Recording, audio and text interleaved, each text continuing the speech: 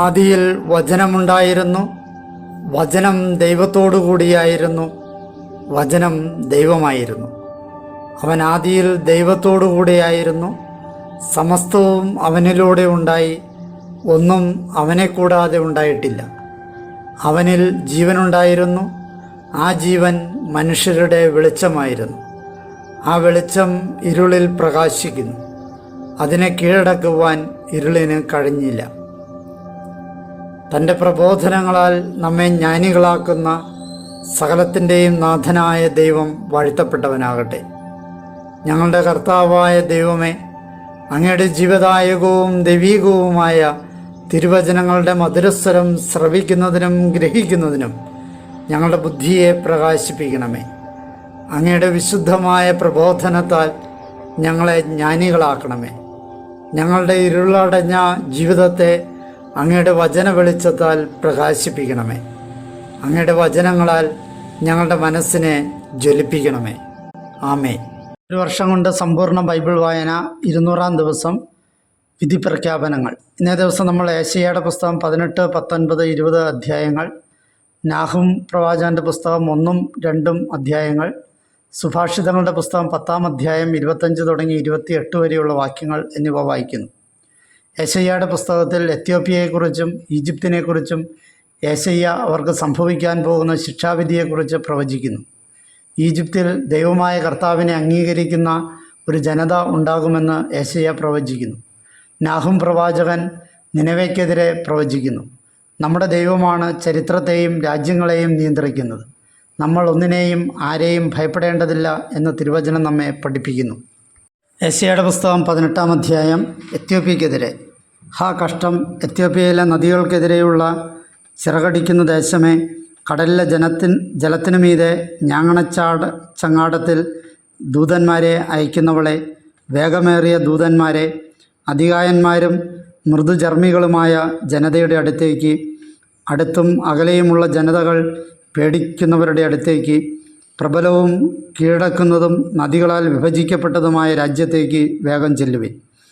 ലോകത്തിലെ സർവ്വനിവാസികളെ, ഭൂവാസികളെ, മലകളിൽ പതാക ഉയരുമ്പോൾ കാണുവിൻ. കാഹളം മുഴങ്ങുമ്പോൾ ശ്രദ്ധിക്കുവിൻ.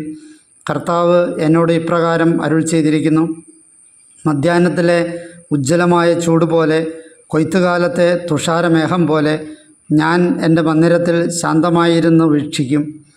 പൂക്കാലം കഴിഞ്ഞ് മുന്തിരി വിളയുന്ന സമയത്ത് വിളവെടുപ്പിന് മുമ്പ് മുളപ്പുകളെ അവിടുന്ന് അരിവാൾ കൊണ്ട് മുറിച്ചു കളയും, പടർപ്പുകളെ വെട്ടിക്കളയും. അവ മലകളിലെ കഴുകന്മാർക്കും ഭൂമിയിലെ മൃഗങ്ങൾക്കുമായി ഉപേക്ഷിക്കപ്പെടും. കഴുകന്മാർ അതിന്മേൽ വേനൽക്കാലം ചെലവഴിക്കും, ഭൂമിയിലെ മൃഗങ്ങൾ അതിന്മേൽ മഞ്ഞുകാലം ചെലവഴിക്കും. ആ സമയത്ത് ദീർഘകായന്മാരും മൃദുചർമ്മികളുമായ ഒരു ജനതയിൽ നിന്ന്, അടുത്തും അകലെയുമുള്ള ജനതകൾ പേടിക്കുന്ന ജനതയിൽ നിന്ന്, പ്രബലവും കീഴടക്കുന്നതും നദികളാൽ വിഭജിക്കപ്പെടുന്നതുമായ രാജ്യത്തു നിന്ന് സൈന്യങ്ങളുടെ കർത്താവിൻ്റെ നാമം വഹിക്കുന്ന സിയോൻ മലയിലേക്ക്, സൈന്യങ്ങളുടെ കർത്താവിൻ്റെ അടുത്തേക്ക് കാണിക്ക കൊണ്ടുവരപ്പെടും. ഏശയ്യായുടെ പുസ്തകം 19-ാം അധ്യായം. ഈജിപ്തിനെതിരെ. ഈജിപ്തിനുള്ള വെളിപാട്. ഇതാ, വേഗമേറിയ ഒരു മേഘത്തിൽ സവാരി ചെയ്ത് കർത്താവ് ഈജിപ്തിലേക്ക് വരുന്നു. ഈജിപ്തിലെ വിഗ്രഹങ്ങൾ അവിടുത്തെ മുമ്പിൽ വിറകൊള്ളും. ഈജിപ്തിൻ്റെ ഹൃദയം അതിനുള്ളിൽ ഉരുകിപ്പോകും. ഈജിപ്തുകാരെ ഞാൻ ഈജിപ്തുകാർക്കെതിരെ ഇളക്കിവിടും. ഒരുവൻ തൻ്റെ സഹോദരനെതിരായും ഓരോരുത്തരും അയൽക്കാർക്കെതിരായും നഗരം നഗരത്തിനെതിരായും രാജ്യം രാജ്യത്തിനെതിരായും യുദ്ധം ചെയ്യും. ഈജിപ്തുകാരുടെ ചൈതന്യം അതിനു മധ്യേ ക്ഷയിക്കും. അവരുടെ പദ്ധതികൾ ഞാൻ താറുമാറാക്കും. അപ്പോൾ വിഗ്രഹങ്ങളോടും പ്രേതാത്മാക്കളോടും മൃതസന്ദേശ വിദ്യക്കാരോടും മന്ത്രവാദികളോടും അവർ ആരായും. യജമാനന്മാരുടെ കഠിനകരത്തിൽ ഞാൻ ഈജിപ്തുകാരെ ഏൽപ്പിച്ചു കൊടുക്കും. ഉഗ്രനായൊരു രാജാവ് അവരെ ഭരിക്കും. സൈന്യങ്ങളുടെ കർത്താവായ നാഥൻ്റെ അരുളപ്പാട്. സമുദ്രത്തിൽ നിന്നും ജലം വറ്റിപ്പോകും, നദി ഉണങ്ങി വരണ്ടുപോകും, തോടുകൾ ദുർഗന്ധം വമിക്കും, ഈജിപ്തിൻ്റെ നീർച്ചാലുകൾ ശുഷ്കിച്ചു വരണ്ടുപോകും, കോരപ്പുല്ലും ഞാങ്ങണയും ഉണങ്ങിപ്പോകും. നദിക്കടുത്ത് നദീതീരത്തോട് ചേർന്നുള്ള ശൂന്യസ്ഥലങ്ങളും നദിക്കരികിലെ വിധയിടങ്ങൾ ഓരോന്നും വരണ്ടുമാഞ്ഞ് ഇല്ലാതാകും. മീൻപിടുത്തക്കാർ കരയും, നദിയിൽ ചൂണ്ടയിടുന്നവരെല്ലാം വിലപിക്കും. ജലോപരിതലത്ത് വല വീശുന്നവരും തളരും. മിനുസപ്പെടുത്തിയ ചണം കൊണ്ട് പണി ചെയ്തിരുന്നവരും വെള്ളത്തുണി നെയ്യുന്നവരും ലജ്ജിതരാകും. അതിലെ നെയ്ത്തുകാർ ചിതറിക്കപ്പെടും. കൂലി വേലക്കാരെല്ലാം ആത്മദുഃഖിതരാകും. സേവാനിലെ രാജാക്കന്മാർ നിശ്ചയമായും ഭോഷന്മാരാണ്. ഫറവോയുടെ ജ്ഞാനികളായ ഉപദേശകരുടെ ഉപദേശം ഭോഷത്വമായി. ഞാൻ ജ്ഞാനിയുടെ പുത്രനാണ്, പൗരാണികനായ ഒരു രാജാവിൻ്റെ കുമാരനാണ് എന്ന് നിനക്കെങ്ങനെ ഫറവോയോട് പറയാൻ കഴിയും? അങ്ങനെയെങ്കിൽ നിന്റെ ജ്ഞാനികൾ എവിടെ? അവർ നിനക്ക് പറഞ്ഞു തരട്ടെ. സൈന്യങ്ങളുടെ കർത്താവ് ഈജിപ്തിനെതിരായി എന്താണ് നിശ്ചയിച്ചിരിക്കുന്നതെന്ന് അവർ അറിയട്ടെ. സേവാനിലെ രാജാക്കന്മാർ ഭോഷത്വം പ്രവർത്തിച്ചിരിക്കുന്നു. മെംഫിസിലെ രാജാക്കന്മാർ വ്യാമോഹിതരായിരിക്കുന്നു. ഈജിപ്ത് ഗോത്രങ്ങളുടെ മൂലക്കല്ലായിരിക്കുന്നവർ തന്നെ അവളെ വഴിതെറ്റിച്ചിരിക്കുന്നു. കർത്താവ് അവളുടെ മധ്യേ വക്രതയുടെ ആത്മാവിനെ നിവേശിപ്പിച്ചിരിക്കുന്നു. അങ്ങനെ മദ്യപൻ താൻ ഛർദ്ദിച്ചതിൽ തെന്നി നടക്കുന്നത് പോലെ അതിൻ്റെ എല്ലാ പ്രവൃത്തികളിലും ഈജിപ്ത് ഇടറി നടക്കും. വാലിനോ തലയ്ക്കോ ഈന്തപ്പനക്കൈക്കോ ഞാങ്ങണയ്ക്കോ ഈജിപ്തിനു വേണ്ടി ചെയ്യാനാവുന്ന ഒരു ജോലിയും ഉണ്ടാവുകയില്ല. ഈജിപ്ത് അന്ന് സ്ത്രീകൾക്ക് തുല്യമായിരിക്കും. സൈന്യങ്ങളുടെ കർത്താവ് തങ്ങളുടെ നേരെ ഉയർത്തി ഓങ്ങുന്ന കരത്തിനു മുമ്പിൽ അവർ ഭയന്നു വിറയ്ക്കും. യൂദാദേശം ഈജിപ്തിന് ഭീതിയായി മാറും. അവളെക്കുറിച്ച് കേൾക്കുന്നവരെല്ലാം സൈന്യങ്ങളുടെ കർത്താവ് അവർക്കെതിരെ തയ്യാറാക്കുന്ന പദ്ധതിയോർത്ത് ഭയപ്പെടും. അന്ന് കാനാൻ ഭാഷ സംസാരിക്കുന്നതും സൈന്യങ്ങളുടെ കർത്താവിനോട് സത്യം ചെയ്യുന്നതുമായ 5 പട്ടണങ്ങൾ ഈജിപ്തിലുണ്ടായിരിക്കും. അതിൽ ഒന്ന് നാശത്തിൻ്റെ നഗരം എന്ന് അറിയപ്പെടും. അന്ന് ഈജിപ്ത് ദേശത്തിൻ്റെ മധ്യേ കർത്താവിന് ഒരു ബലിപീഠവും അതിൻ്റെ അതിർത്തിയിൽ കർത്താവിനൊരു സ്തംഭവും ഉണ്ടായിരിക്കും. അത് ഈജിപ്ത് ദേശത്ത് സൈന്യങ്ങളുടെ കർത്താവിന് ഒരടയാളവും സാക്ഷ്യവുമായിരിക്കും. മർദ്ദകർ നിമിത്തം അവർ കർത്താവിനെ വിളിച്ചപേക്ഷിക്കുമ്പോൾ അവിടുന്ന് രക്ഷകനെയും പോരാളിയെയും അയച്ച് അവരെ മോചിപ്പിക്കും. കർത്താവ് ഈജിപ്തുകാർക്ക് തന്നെ വെളിപ്പെടുത്തും. ആ നാളിൽ ഈജിപ്ത് കർത്താവിനെ അറിയുകയും ബലിയും കാഴ്ചയും ദഹനയാഗങ്ങളും അർപ്പിക്കുകയും ചെയ്യും. അവർ കർത്താവിന് നേർച്ച നേരുകയും അവ നിറവേറ്റുകയും ചെയ്യും. കർത്താവ് ഈജിപ്തിനെ പ്രഹരിക്കും. അവിടുന്ന് പ്രഹരിക്കുകയും സുഖപ്പെടുത്തുകയും ചെയ്യും. അവർ കർത്താവിങ്കിലേക്ക് മടങ്ങി വരികയും അവരുടെ പ്രാർത്ഥന കേട്ട് അവിടുന്ന് അവരെ സുഖപ്പെടുത്തുകയും ചെയ്യും. അന്ന് ഈജിപ്തിൽ നിന്ന് അസീറിയയിലേക്ക് ഒരു രാജപാതയുണ്ടായിരിക്കും. അസീറിയക്കാർ ഈജിപ്തിലും ഈജിപ്തുകാർ അസീറിയയിലും പോകും. അസീറിയയോട് ചേർന്ന് ഈജിപ്ത് ആരാധനയർപ്പിക്കും. അന്ന് ഈജിപ്തിനോടും അസീറിയയോടുമൊപ്പം മൂന്നാമതായി ഇസ്രായേൽ ഭൂമിയുടെ മധ്യത്തിൽ ഒരനുഗ്രഹമായി നിലകൊള്ളും. അവരെ സൈന്യങ്ങളുടെ കർത്താവ് ഇപ്രകാരം അനുഗ്രഹിച്ചിരിക്കുന്നു: എൻ്റെ ജനമായ ഈജിപ്തും എൻ്റെ കരവേലയായ അസീറിയയും എൻ്റെ അവകാശമായ ഇസ്രായേലും അനുഗ്രഹീതമായിരിക്കട്ടെ. യെശയ്യായുടെ പുസ്തകം 20-ാം അധ്യായം. ഈജിപ്തിന് അടയാളം. അസീറിയ രാജാവായ സർഗോൻ അയച്ചതനുസരിച്ച് തർത്താൻ അഷ്ദോദിലേക്ക് വന്ന് അതിനെതിരെ യുദ്ധം ചെയ്ത് അഷ്ദോദ് കീഴടക്കിയ വർഷം. അക്കാലത്ത് കർത്താവ് ആമോസിൻ്റെ പുത്രനായ യെശയ്യായോട് ഇപ്രകാരം അരുൾ ചെയ്തു: പോയി നിൻ്റെ അരയിൽ നിന്ന് ചാക്കുവസ്ത്രം നീക്കുകയും നിൻ്റെ പാദങ്ങളിൽ നിന്ന് ചെരുപ്പ് അഴിച്ചു കളയുകയും ചെയ്യുക. അവൻ അപ്രകാരം ചെയ്തു. നഗ്നനായും ചെരുപ്പിടാതെയും അയാൾ നടന്നു.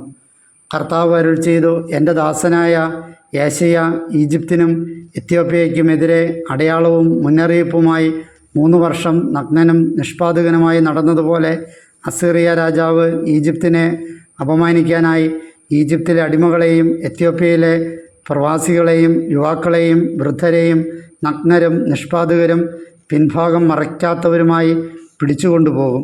അപ്പോൾ അവരുടെ പ്രത്യാശയായ എത്യോപ്യയെയും അവരുടെ അഭിമാനമായ ഈജിപ്തും നിമിത്തം അവർ സംഭ്രാന്തരാവുകയും ലജ്ജിക്കുകയും ചെയ്യും. അന്ന് ആ തീരദേശവാസികൾ പറയും: ഇതാ, അസീറിയ രാജാവിൽ നിന്ന് രക്ഷപ്പെടാൻ വേണ്ടിയുള്ള സഹായത്തിനായി നാം പ്രതീക്ഷയോടെ ആരുടെ അടുത്തേക്ക് ഓടിച്ചെന്നോ അവർക്ക് ഇതാണ് സംഭവിച്ചത്. പിന്നെ നാം എങ്ങനെ രക്ഷപ്പെടും? നാഹും പ്രവാചകൻ്റെ പുസ്തകം 1-ാം അധ്യായം. നിനവയുടെ മേൽ വിധി. നിനവേ വെളിപാട്. എൽക്കോഷിയായ നാഹുമിൻ്റെ ദർശനഗ്രന്ഥം. കർത്താവ് തീക്ഷ്ണമതിയും പ്രതികാരേച്ഛുവുമായ തമ്പുരാനാണ്. കർത്താവ് പ്രതികാരേച്ഛുവും ക്രോധാധീശനുമാണ്. കർത്താവ് തൻ്റെ വൈരികളോട് പ്രതികാരം ചെയ്യുന്നവനും ശത്രുക്കൾക്ക് വേണ്ടി തക്കം പാർത്തിരിക്കുന്നവനുമാണ്. കർത്താവ് കോപവിമുഖനും മഹാശക്തിയുള്ളവനുമാണ്. കർത്താവ് എളുപ്പം കുറ്റമുക്തനാക്കുകയില്ല. ചുഴലിക്കാറ്റിലും കൊടുങ്കാറ്റിലുമാണ് അവിടുത്തെ പാത. മേഘം അവിടുത്തെ കാലുകളിലെ ധൂളിയാണ്. കടലിനെതിരെ കുപിതനായി അവിടുന്ന് അത് വറ്റിച്ചു കളയുന്നു. നദികളപ്പാടെ അവിടുന്ന് നിർജ്ജലീകരിക്കുന്നു. ബാഷാനും കാർമലും വരളുന്നു. ലെബനോൻ പുഷ്പരാശി വാടുകയും ചെയ്യുന്നു. പർവ്വതങ്ങൾ അവിടുന്ന് മൂലം പ്രകമ്പനം കൊള്ളുന്നു. മലകൾ അലിഞ്ഞു പോകുന്നു. ഭൂമി തിരുസന്നിധിയിൽ നിന്ന് ഉയർത്തപ്പെടുന്നു. ലോകവും അതിലെ സകല നിവാസികളും. അവിടുത്തെ അമർഷത്തിനു മുമ്പിൽ ആര് പിടിച്ചു നിൽക്കും? അവിടുത്തെ കോപച്ചൂടിൽ ആര് എഴുന്നേറ്റ് നിൽക്കും? അഗ്നി പോലെ അവിടുത്തെ ക്രോധം ചൊരിയപ്പെടുന്നു. അവിടുന്ന് മൂലം പാറകൾ പൊട്ടിത്തകരുന്നു. കർത്താവ് നല്ലവനാണ്, കഷ്ടതയുടെ നാളിൽ സങ്കേതയോഗ്യനാണ്, തന്നിൽ ആശ്രയിക്കുന്നവരെ അറിയുന്നവനുമാണ്. കവിഞ്ഞൊഴുകുന്ന പ്രവാഹത്താൽ അവിടുന്ന് തൻ്റെ എതിരാളികളെ നിശ്ശേഷം നശിപ്പിക്കും. അവിടുത്തെ ശത്രുക്കളെ അന്ധകാരം പിന്തുടരും. കർത്താവിന് നേർക്ക് നിങ്ങൾ പദ്ധതിയിടുന്നത് എന്താണ്? അവിടുന്ന് നിശ്ശേഷം നശിപ്പിക്കുന്നവനാണ്. 2 തവണ കഷ്ടത ഉയരുകയില്ല. അവരുടെ പാനം ചെയ്യപ്പെട്ട വീഞ്ഞുപോലെ, ഉണങ്ങിയ പതിരുപോലെ, കെട്ടുപിണഞ്ഞ മുൾപ്പടർപ്പുകൾ പോലെ നിർണയമായും അവർ പൂർണ്ണമായി ദഹിപ്പിക്കപ്പെടും. കർത്താവിനെതിരെ തിന്മ പദ്ധതിയിട്ടവൻ, കൊള്ളരുതായ്മ ഉപദേശിച്ചവൻ നിന്നിൽ നിന്ന് പുറപ്പെട്ടിരിക്കുന്നു. കർത്താവ് ഇങ്ങനെ അരുൾ ചെയ്യുന്നു: ഐശ്വര്യവാന്മാരാണെങ്കിലും പെരുകിയ വിധം തന്നെ അവർ വിച്ഛേദിക്കപ്പെടും. അവനാകട്ടെ തിരോഭവിക്കും. ഞാൻ നിന്നെ ക്ലേശിപ്പിച്ചെങ്കിലും മേലിൽ ക്ലേശിപ്പിക്കുകയില്ല. ആകയാൽ ഇപ്പോൾ അവൻ്റെ നുകം നിൻ്റെ മേൽ നിന്ന് ഞാൻ തകർത്ത് കളയുകയും നിൻ്റെ ബന്ധനങ്ങൾ ഞാൻ പൊട്ടിക്കുകയും ചെയ്യും. കർത്താവ് നിനക്കെതിരെ കൽപ്പിച്ചിരിക്കുന്നു. നിൻ്റെ പേരിൻ്റെ അംശം പോലും മേലിൽ പ്രചരിക്കുകയില്ല. നിൻ്റെ ദേവന്മാരുടെ ആലയത്തിൽ നിന്ന് കൊത്തുവിഗ്രഹവും വാർപ്പുവിഗ്രഹവും ഞാൻ വെട്ടിമാറ്റും. ഞാൻ നിൻ്റെ ശവക്കുഴി ഉണ്ടാക്കും, എന്തെന്നാൽ നീ നികൃഷ്ടനാണ്. നാഹുമിൻ്റെ പുസ്തകം 2-ാം അധ്യായം. നിനവയുടെ പതനം. സമാധാന പ്രഘോഷകനായ സുവിശേഷകൻ്റെ പാദങ്ങൾ അതാ മലകൾക്ക് മുകളിൽ. യൂദാ, നീ നിൻ്റെ ഉത്സവങ്ങൾ കൊണ്ടാടുകയും നേർച്ചകൾ നിറവേറ്റുകയും ചെയ്യുക. എന്തെന്നാൽ ഇനിമേൽ ആഭാസൻ നിനക്കെതിരെ കടന്നു കയറാൻ തുനിയുകയില്ല. അവൻ അപ്പാടെ വിച്ഛേദിക്കപ്പെട്ടിരിക്കുന്നു. നിൻ്റെ മുഖത്തിനെതിരെ ഗദ ഉയരുന്നു. നീ കോട്ട സംരക്ഷിക്കുക, വഴി കാക്കുക. നീ അരമുറുക്കുക, അധികാരശക്തി ആർജിക്കുക. എന്തെന്നാൽ ഇസ്രായേലിൻ്റെ പ്രതാപം പോലെ കർത്താവ് യാക്കോബിൻ്റെ പ്രതാപം പുനഃസ്ഥാപിച്ചിരിക്കുന്നു. ആർഭാടേച്ചുക്കൾ അവരെ ജനരഹിതമാക്കി അവരുടെ മുന്തിരിശാഖകൾ നശിപ്പിച്ചിരുന്നല്ലോ. അവൻ്റെ വീരന്മാരുടെ പരിചയ്ക്ക് ചെന്നിറമാണ്. യോദ്ധാക്കൾ രക്താംബരമണിഞ്ഞവരാണ്. അവൻ്റെ സന്നാഹ ദിവസം രഥങ്ങളുടെ ഇരുമ്പ് കവചങ്ങൾ അഗ്നി പോലെയാണ്. ദേവദാരു വൃക്ഷങ്ങൾ ആടിയുലയുന്നു. രഥസഞ്ചയം തെരുവീഥികളിൽ ഭ്രാന്തമായി പായുന്നു. അവ ചത്വരങ്ങളിൽ പരക്കം പായുന്നു. അവയുടെ ദൃശ്യങ്ങൾ പന്തങ്ങൾ പോലെ, മിന്നലുകൾ പോലെയാണ് അവ പായുന്നത്. അതിൻ്റെ പ്രഗത്ഭരെ അവിടുന്ന് ഓർക്കും. അവരുടെ മുന്നേറ്റങ്ങളിൽ അവർക്ക് കാലിടറും. അവർ മതിലിങ്കലേക്ക് തിരക്കിട്ടോടും. അപ്പോൾ സുരക്ഷാകവചം സജ്ജീകൃതമാകുന്നു. നദികൾ ചീർപ്പുകൾ തുറക്കപ്പെട്ടിരിക്കുന്നു. കൊട്ടാരം ഇടിഞ്ഞുകിടക്കുന്നു. അത് ഉറപ്പാക്കപ്പെട്ടിരിക്കുന്നു. അവൾ വിവസ്ത്രയായി യാഗമാക്കപ്പെട്ടു. അവളുടെ ദാസിമാർ തങ്ങളുടെ മാറത്തടിച്ച് പ്രാവുകളുടെ കുറുകൽ പോലെ കേഴുകയായിരുന്നു. പണ്ടുകാലം മുതലേ ഒരു ജലസംഭരണി പോലെയാണ് നിനവെ. എന്നാൽ ജലം വാർന്നു പോകുന്നു. നിൽക്കുവിൻ, നിങ്ങൾ നിൽക്കുവിൻ, എന്നാൽ ആരും തിരിഞ്ഞു നോക്കുന്നില്ല.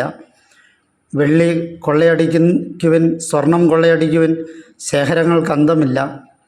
എല്ലാത്തരം അനർഹ സാമഗ്രികളും കൊണ്ട് അത് നിബിഡമാണ്. വിനാശം, ശൂന്യത, നിശൂന്യത. ഹൃദയമുരുകുന്നു, കാൽമുട്ടുകൾ വിറയ്ക്കുന്നു. അരക്കെട്ട് മുഴുവനിലും വേദന. എല്ലാവരുടെയും മുഖങ്ങൾക്ക് വിളർച്ച ബാധിക്കുന്നു. സിംഹങ്ങളുടെ മാളം എവിടെ? അത് സിംഹക്കുട്ടികൾക്കുള്ള തീറ്റയാണ്. അതിരിക്കുന്നിടത്തേക്ക് ഒരു സിംഹക്കുരുന്നിനെ കൊണ്ടുവരാൻ ആരും ഭയപ്പെടുത്താത്തപ്പോൾ ഒരു സിംഹം പോകും. തൻ്റെ കുരുന്നുകളുടെ ആവശ്യനേരത്താണ് സിംഹം ചീന്തിക്കീറുന്നത്. തൻ്റെ സിംഹികൾക്ക് വേണ്ടിയാണ് അവൻ ഞെരിച്ചു കൊല്ലുന്നത്. കീറിയ ഇരകൊണ്ട് അവൻ തൻ്റെ ഗുഹയും ചീന്തിയ ഇരകൊണ്ട് മാളവും നിറച്ചിരിക്കുന്നു. സൈന്യങ്ങളുടെ കർത്താവിൻ്റെ അരുളപ്പാട്, ഇതാ ഞാൻ നിനക്കെതിരെയാണ്, അവളുടെ രഥം ഞാൻ കത്തിച്ചു പുകയാക്കും, നിന്റെ സിംഹക്കുട്ടികളുടെ വാൾ വിഴുങ്ങും, ഞാൻ നിന്റെ ഇരയെ ഭൂമിയിൽ നിന്ന് ഛേദിച്ചു കളയും, നിന്റെ ദൂതന്മാരുടെ സ്വരം മേലിൽ കേൾക്കുകയില്ല. സുഭാഷിതങ്ങളുടെ പുസ്തകം 10-ാം അധ്യായം 25 മുതൽ 28 വരെയുള്ള തിരുവചനങ്ങൾ. കൊടുങ്കാറ്റ് കടന്നു പോകുന്നത് പോലെ ദുഷ്ടനില്ലാതാകുന്നു, നീതിമാനാകട്ടെ അടിസ്ഥാനം ശാശ്വതമാണ്. പല്ലുകൾക്ക് വിനാഗിരിയും കണ്ണിണകൾക്ക് പുകയും എങ്ങനെയോ തന്നെ അയക്കുന്നവർക്ക് അലസനും അങ്ങനെ തന്നെ. കർത്തൃഭയം ആയുസ് വർദ്ധിപ്പിക്കുന്നു, ദുഷ്ടരുടെ വത്സരങ്ങൾ കുറവായിരിക്കും. നീതിമാന്മാരുടെ പ്രതീക്ഷ നാം വിടുന്നു, ദുഷ്ടരുടെ ആഗ്രഹം നശിക്കും.